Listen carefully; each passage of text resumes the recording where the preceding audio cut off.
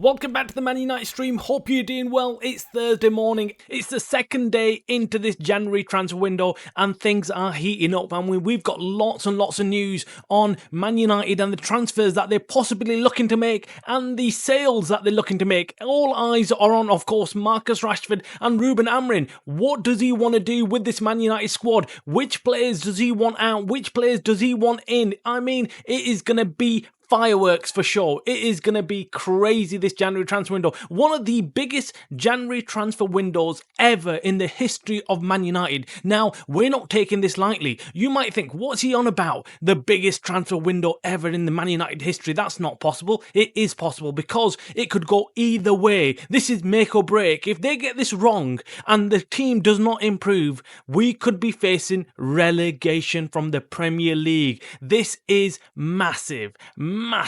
So let's not underestimate this January transfer window. And if Ineos choose to do that, if Ineos, who are in charge of the football inside of Man United, fail to see the relevance of this transfer window and fail to bring in the players that Ruben Amorim needs, they're going to be in a lot of trouble. Make sure you hit the like button on this video. Make sure you subscribe. You're watching the Man United Stream channel by the fans for the fans. We give you daily news for all the footballing matters concerning Man United. So make sure you hit the subscribe button so you can keep up to date with all the latest Manchester United news and more from one single daily dose. But let's not waste any further time. Let's jump straight into transfer news. We've already heard from Marcus Rashford trying to play this silly game of cat and mouse. Oh, I want to leave Man United, but I don't want to leave Man United. I want to play for another club. I want a new challenge, but I'm not actually wanting to leave Man United. What's he on about? What is this guy playing about? Yeah, he's just trying to mess with our heads, isn't he? Marcus Rashford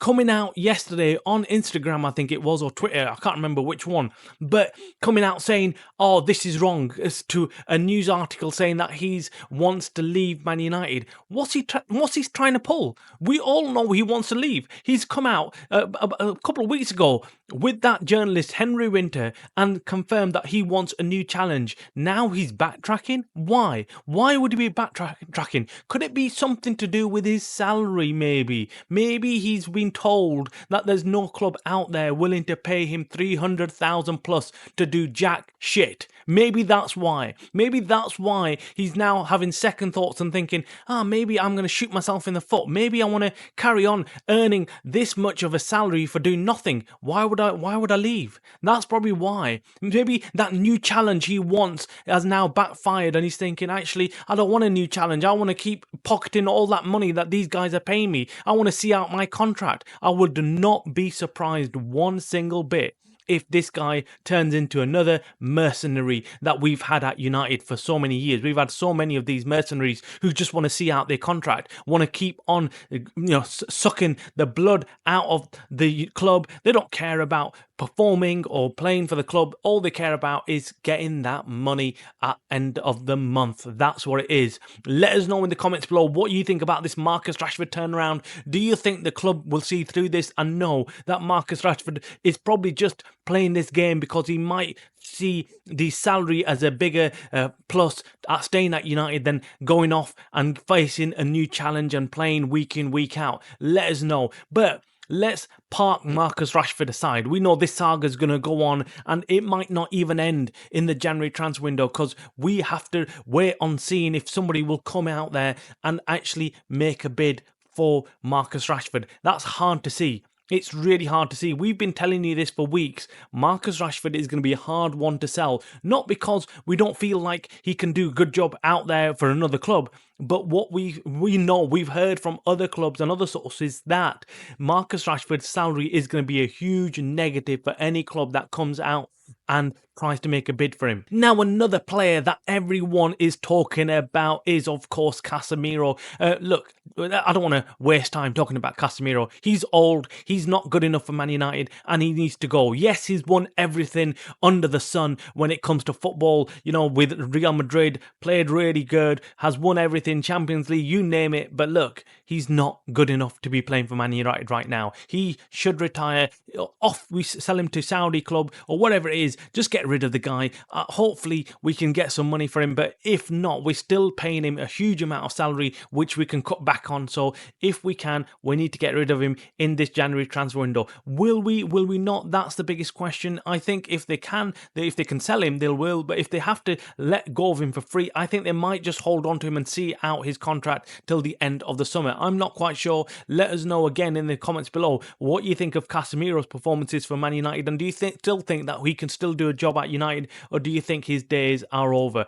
One shock transfer that everyone's talking about is Garnacho. The possibility of selling Garnacho is not off the table. Ruben Amorim wants rid of all these players because he wants one striker in. He knows that there's one important striker that we need into this club that can change our fortunes, and that is Victor Gyökeres from Sporting. Yes. It's not Osimhen. It's not anybody else. It is Gyökeres, like we called it. We said to you earlier, a couple of weeks ago, that there's only one player that Ruben Amorim wants in, and it is Victor Gyökeres. He knows that this guy can change everything for United, and of course he can, because we're missing goals. We haven't got an out-and-out striker. I mean, Rasmus Højlund, good, but not scoring enough goals. Zirkzee, what happened to Zirkzee last game where he got pulled off at 33 minutes past, and in the first half, I mean, that was horrendous. I felt sorry for the guy. I must admit, I felt sorry for him because,